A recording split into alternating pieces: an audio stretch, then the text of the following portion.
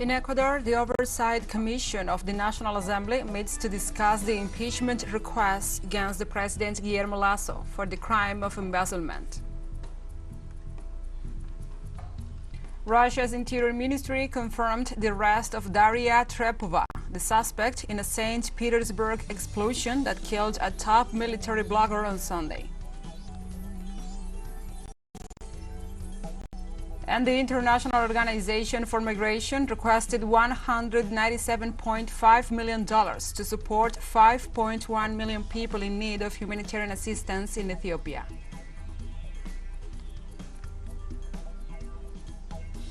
From the headquarters of TeleSUR English in Havana, Cuba, this is From the South.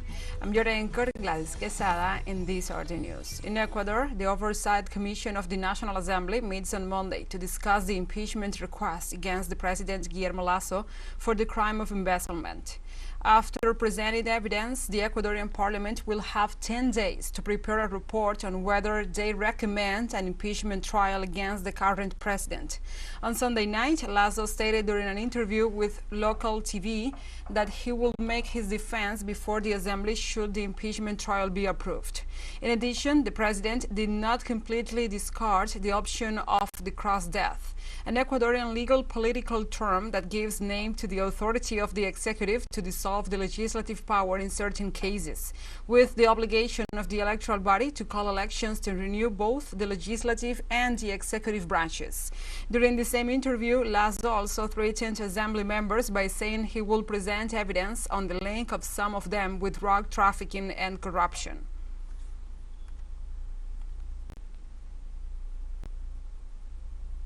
On Monday, the Argentine Minister of Foreign Affairs, Santiago Cafiero, will award medals to former combatants of the Malvinas War and will announce the publication of historical documents related to this country's sovereign claim over that territory. According to Chancellery's statement, Cafiero and the Secretary of Malvinas, Antarctica and South Atlantic, Guillermo Carmona, will head a ceremony at the San Martin Palace as a tribute to the fallen and veterans of the war with the United Kingdom, which took place in 1982. Medals will be given to 6 workers of the ministry who participated in that confrontation. Cafiero will make public 50 files related to the diplomatic work carried out by Manuel Moreno, the then Argentine ambassador to the United Kingdom at the time of the British usurpation of the islands in 1833. The war between Argentine and British forces began on April 2nd, 1982, and concluded on June 14th of the same year, with 649 Argentinian soldiers killed and the UK reporting 255 casualties.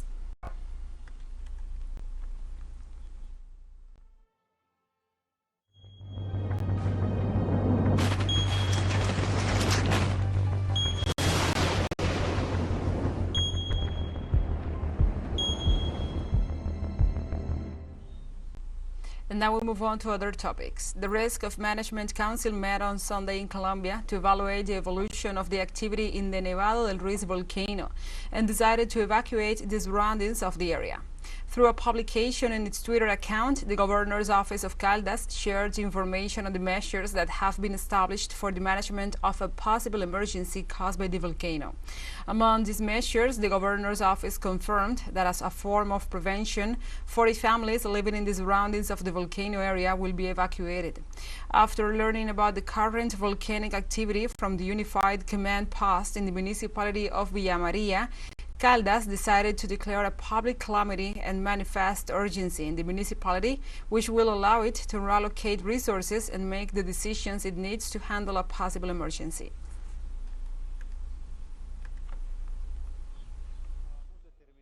We have just determined our unified command post here in Villa Maria, specifically from the Honorable Council of Villa Maria, and we came to some conclusion.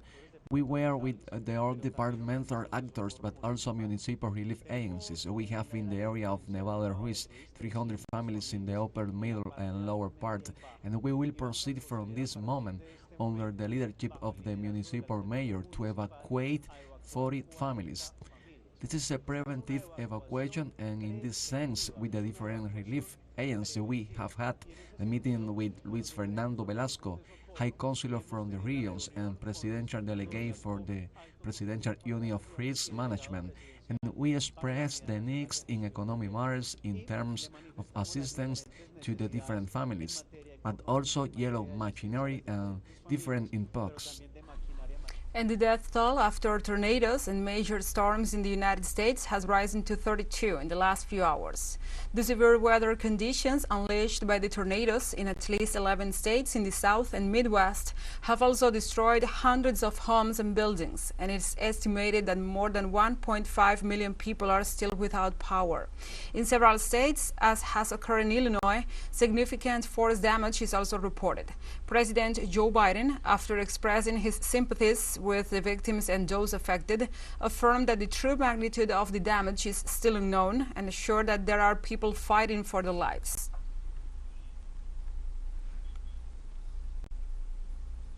On Monday, an earthquake of magnitude 6.9 shocked the Kamchatka Peninsula in the far east of Russia, according to reports of the Russian Geophysical Service. According to the Petropavlovsk seismic station, the earthquake hit the Avasha Bay at a depth of 100 kilometers and with its epicenter in the city of Petropavlovsk-Kamchatsky did not leave any victims or injured. Local authorities assured that there is no threat of tsunami, and to guarantee the safety of citizens, operational groups are inspecting buildings and facilities for damage that showed some cracks in buildings, but no immediate major structural damage. The Kamchatka is a peninsula 6,800 kilometers east of Moscow.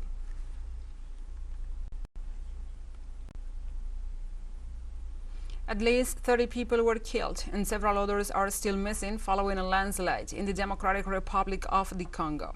The incident occurred in the locality of Bolowa in Masisi territory in the country's eastern North Kivu province.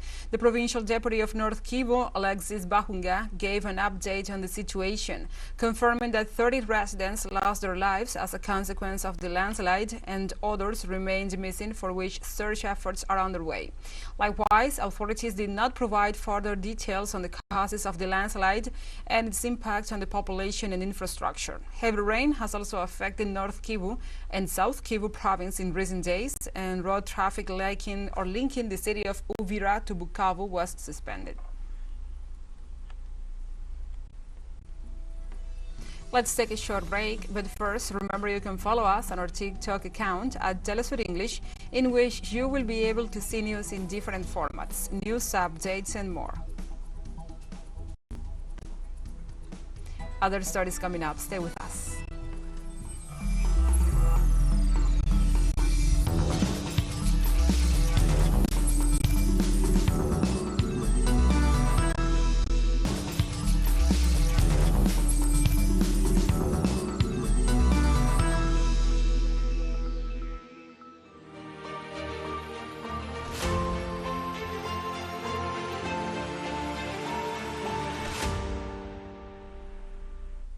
Welcome back. Russia's Interior Ministry confirmed on Monday the arrest of Daria Trepova, the suspect in a St. Petersburg explosion that killed a top military blogger on Sunday. Investigations carried out by police personnel in cooperation with the Regional Federal Security Service Department in St. Petersburg, Daria Trepova was detained in a rented apartment on suspicion of participating in an explosion on the premises of a cafe in Building 25, University Embankment, as a result of which the war correspondent Blanden Tatarsky was killed. At the current moment, the detainee is undertaking procedural actions. On the decision of the leadership of Russia's Interior Ministry in St. Petersburg, a group of employees from the main criminal investigation branch of the Interior Ministry is working on the case. In France, on Monday, Marseille police reported at least 3 people shot dead and another 8 wounded during an overnight flare-up in drug-gang violence. Regional Police Chief Frédéric Camilleri said a turf war was underway, rooted in the notorious Partenelle housing estate in northern Marseille. The Partenelle housing estate comprises a series of run-down low-rise buildings where drugs are openly sold, and the police is unwelcome. In September 2021, during a 3-day visit to the city, President Emmanuel Macron announced a €1.5 billion plan to help Marseille tackle crime and deprivation, calling such efforts a duty of the nation. Macron called drug networks parasites and said traffickers will form them on the harassed by the authorities. Last year, 32 people were shot dead in gun violence in Marseille, the highest level since 2016, according to the local prosecutor's office.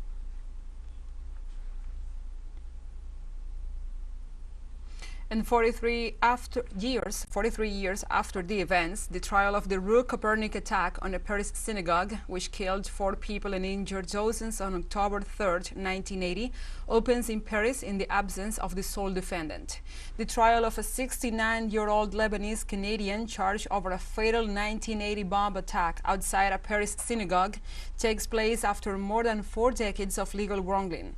Canada-based Hassan Diab, who denies any involvement in the attack that killed 4 and wounded dozens, told the court during preliminary hearings that he will not show up for the trial after accusations against him had been dropped in an early investigation. Despite these circumstances, and 43 years later, the legal process could bring some closure and justice for the victims.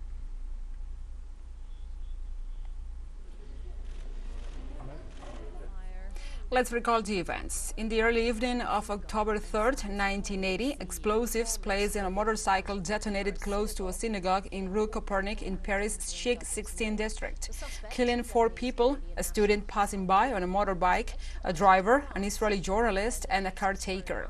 In addition, 46 people were injured in the blast. The bombing was the first deadly attack against a Jewish target on French soil since World War II.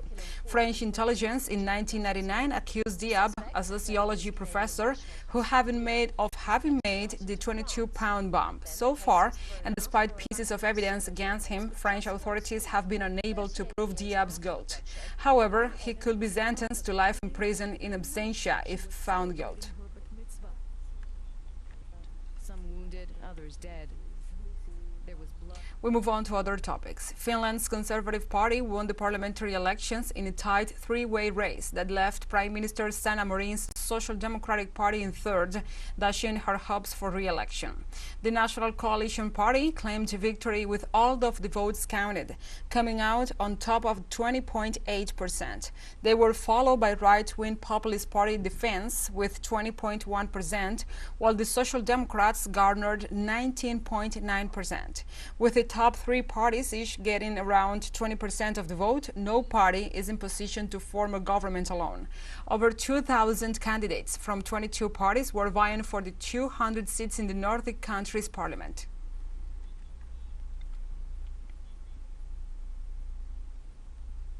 And the populist Conservative Party of former Prime Minister Boyko Borisov won Bulgaria's general elections. In Sunday's general election, the 5th in 2 years, Bulgarians had to head to the polls again because no party managed to form the government in the last round of parliamentary elections, which was held 6 months ago. Preliminary election results released on Monday showed center-right Prime Minister Boyko Borisov's GER party and its allied Union of Democratic Forces taking around 26.5% of the vote. Meanwhile, former Prime Minister Kirill Petskov's liberal We Continue the Change and their allied Democratic Bulgaria took 24.9%. Turnout in these elections was put at 40%, just slightly up from October when it sunk to a record low of under 40%.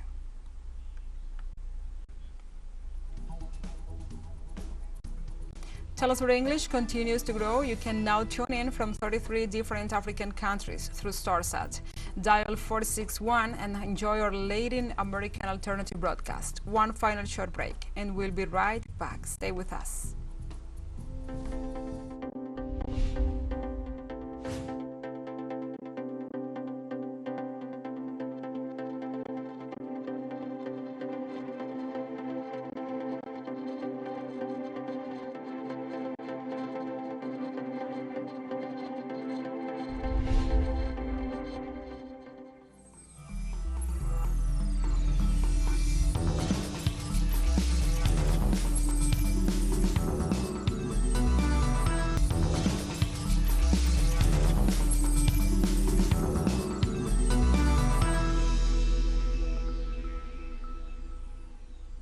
Welcome back.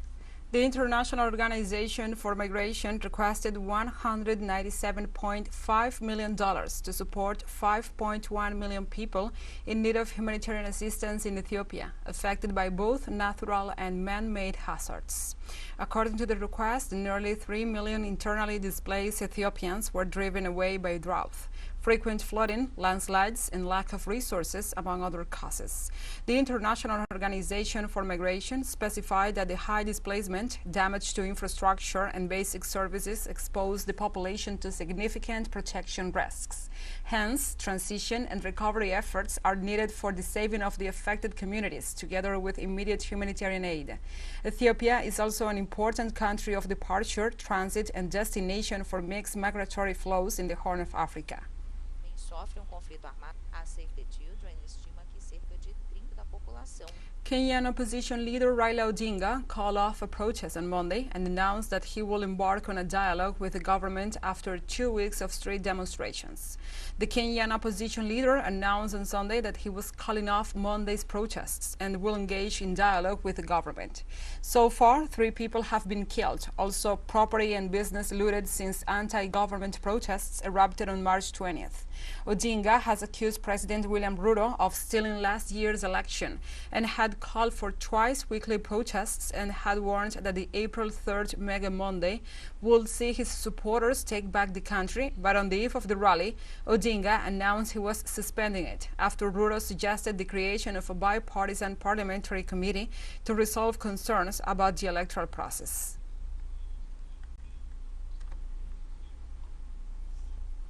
Met and listened to a diverse group of Kenyans, including religious leaders from all faiths, about the crisis facing our country today. They have implored us to give dialogue, especially during these holy periods of Easter and Ramadan. It is in this context that we make this counter-offer to Hon Ruto's call for dialogue. Mr. Ruto has asked me and Azimio to enter into a constitutional, open-ended and binding dialogue with his government to find a resolution to the issues that we in Azimio have raised about the last year's election and the key governance and the cost of living issues facing our country. The president of Rwanda, Paul Kagame, became on Sunday the maximum leader of the Rwandan Patriotic Front after being re-elected with 99.8% of the votes. With an eye on the 2024 presidential elections, the ruling party closed the primaries, in which the Rwandan ambassador to Indonesia, Abdul Karim Harerimana, Kagame's only contender, obtained only 3 ballots against the 2,099 of the nation's president. Kagame, Rwanda's president for 22 years, will now serve another 5 years as head of the Rwandan Patriotic Front, the political party he has led since 1998. Kanzaliwe Mana, the first woman to become the formation's vice president, was also elected in these elections with 1,945 votes.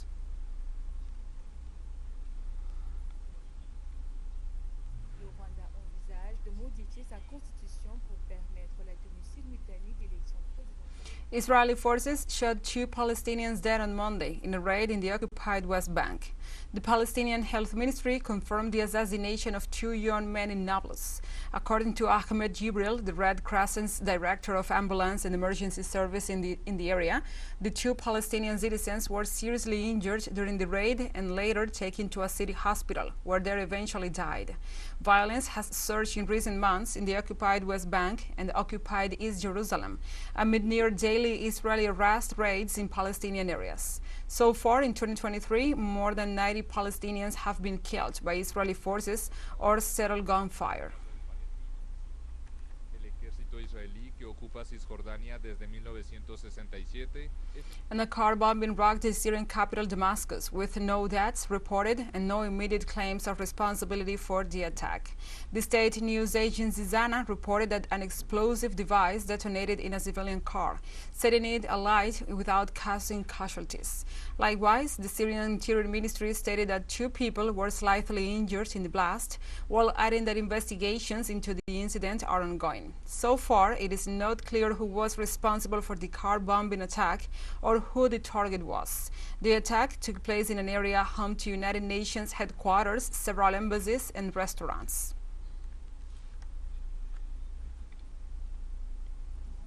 And we have come to the end of this news brief. But remember, you can find this and many other stories on our website at telesurenglish.net. And also, if you feel so inclined, please join us on social media for all the latest news. We are on Facebook, Twitter, Instagram, Telegram, and TikTok. For TeleSUR English, I'm your anchor, Gladys Quesada. Thank you for watching.